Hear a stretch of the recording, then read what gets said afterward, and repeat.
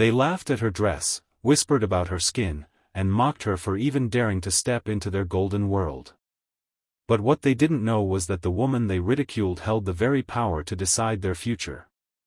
That night, when she cancelled everything they thought was theirs, silence fell louder than their laughter. The ballroom shimmered with golden lights, chandeliers sparkling like 1,000 frozen stars, and the music of violins floating in the air, but beneath the glitter, something darker brewed. It was the annual charity gala hosted by the Whitford family, one of the wealthiest white families in America, who owned real estate empires, luxury brands, and had their name engraved in marble halls across the country. The evening was meant to be perfect, a parade of wealth, champagne glasses clinking, and diamond necklaces catching light, but perfection shattered the moment a tall black woman in an elegant emerald dress walked in. Her name was Alana Brooks, a successful businesswoman, investor, and philanthropist, though many in the room didn't yet realize who she was. The chatter fell silent for a brief moment when she entered, all eyes following her, and then the whispers began, sharp and cutting like invisible knives. "Who invited her?" hissed one woman in a pearl gown, her lips curled in distaste. "Maybe she's the help who got lost," laughed a young man holding a glass of brandy. "Look at her dress, trying too hard," another voice sneered, and just like that, the crowd began circling with their poison. Alana kept her head high, walking with grace, but she heard every word. She had grown used to this kind of judgment her entire life, the way people assumed she didn't belong, the way doors were slammed in her face until she built her own doors and owned the keys. Tonight was no different. She had been invited as a guest of honor, a woman who had recently pledged millions to fund minority-owned startups and housing projects, yet here she was, treated like an outsider. The Whitford family, standing at the center like royalty, offered no kindness either. Evelyn Whitford, the matriarch, gave her a quick glance, then leaned into her husband's ear with a smirk, and their children snickered in unison. When Alana walked past them to greet another guest, one of the Whitford sons whispered loudly enough for the nearby tables to hear, "I didn't know this was a costume party."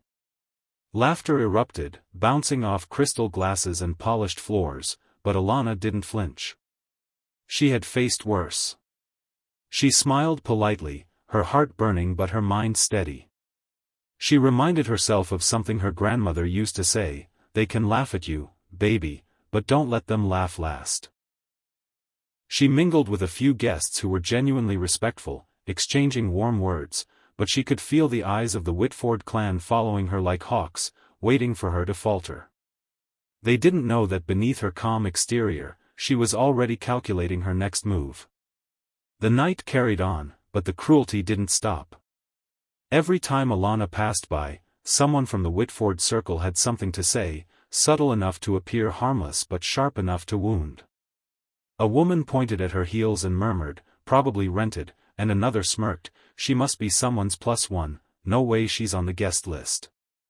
But the tipping point came when the youngest Whitford daughter, Madison, clinked her glass to draw attention and announced mockingly, "Ladies and gentlemen, let's give a round of applause to our surprise guest. She's proving that anyone can look rich if you try hard enough." The room erupted in laughter, people clapping sarcastically, and though some looked uncomfortable, no one stopped it. Alana stood frozen for a moment, the sting cutting deep, but then she breathed slowly, controlled her anger, and forced a small smile. She walked away without a word, leaving behind their echoing cruelty, and went to the balcony overlooking the city. The cold night air hit her face, cooling her rage, but inside she was trembling, not from shame, but from restraint. Because the truth was, she wasn't just a guest at this party. She was the investor behind one of the Whitford's biggest upcoming projects, a luxury hotel chain expansion that would decide the family's financial future. Months ago, she had considered canceling the deal because of how dismissive they were in meetings, but tonight, their behavior made her decision crystal clear. They thought she was beneath them, nothing but a shadow in their golden world, but they didn't know she held the power to pull the rug from under their empire. As she looked at the skyline, her phone buzzed. A message from her lawyer read, "Contracts are ready. Just say the word, and we'll terminate." Alana's lips curved into a small, fierce smile. She returned to the ballroom, holding her head higher than ever, and when people saw her again, they expected to see a humiliated woman pretending everything was fine. Instead, they saw someone radiating calm authority. She walked directly up to Evelyn Whitford, who had been watching with smug satisfaction, and said softly, "Thank you for hosting such a memorable evening. But I think I'm done here." Evelyn smirked, thinking she had scared her off, and replied, "Oh, of course, dear. Maybe next time you'll know this isn't quite your crowd." Alana only nodded, her eyes gleaming with a quiet power that Evelyn didn't understand. Without another word, she walked out of the ballroom, leaving behind their laughter, but taking with her something far more valuable than their approval, their future. The next morning, the Whitford mansion buzzed with excitement. They were expecting a call from their financial team confirming the signing of their biggest deal yet, the hotel expansion that would triple their wealth.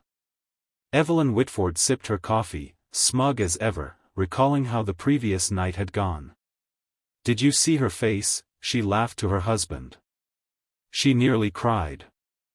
I almost felt sorry for her, almost." Madison giggled, scrolling through pictures of the party on her phone. "She should have known better than to show up here," she muttered.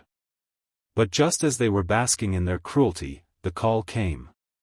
Their lawyer's voice was unusually stiff. "Mr. Whitford, I regret to inform you that Ms. Brooks has withdrawn her investment effective immediately.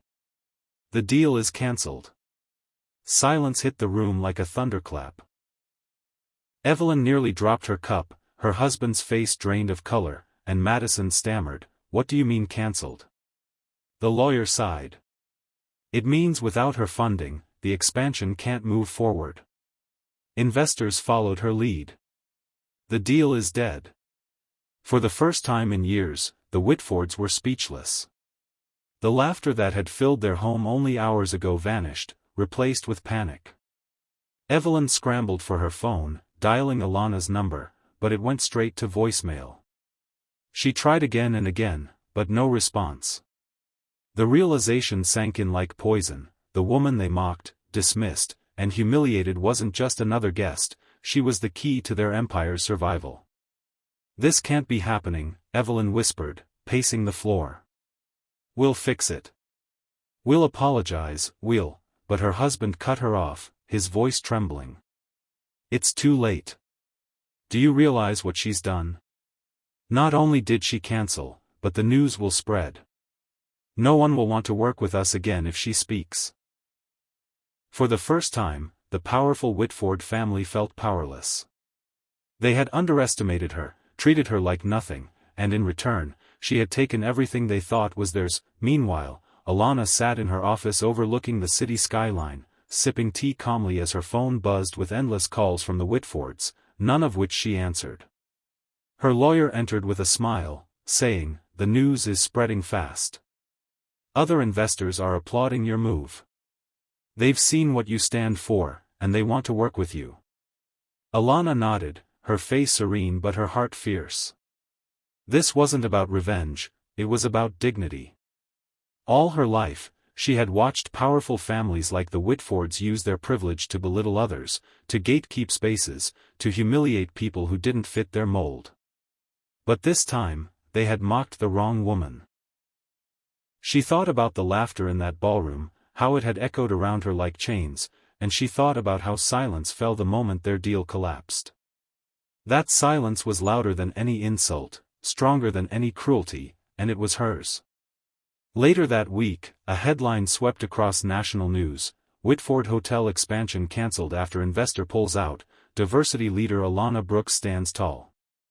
The world began to talk, and though the Whitfords tried to spin the story, their reputation was already tarnished. People questioned their arrogance, their behavior, their values. Invitations that once flooded their mansion slowed to a trickle. Meanwhile, Alana's influence only grew. She was invited to speak at conferences, celebrated for her courage, and respected not just for her wealth but for her unwavering refusal to bow to prejudice. One evening, as she walked past a group of young black entrepreneurs at a networking event, one of them said, "You showed them we belong." Her eyes softened, her smile warm. She knew her victory wasn't just personal, it was collective. The Whitfords had mocked her at their golden party, but she had cancelled their future with one decision.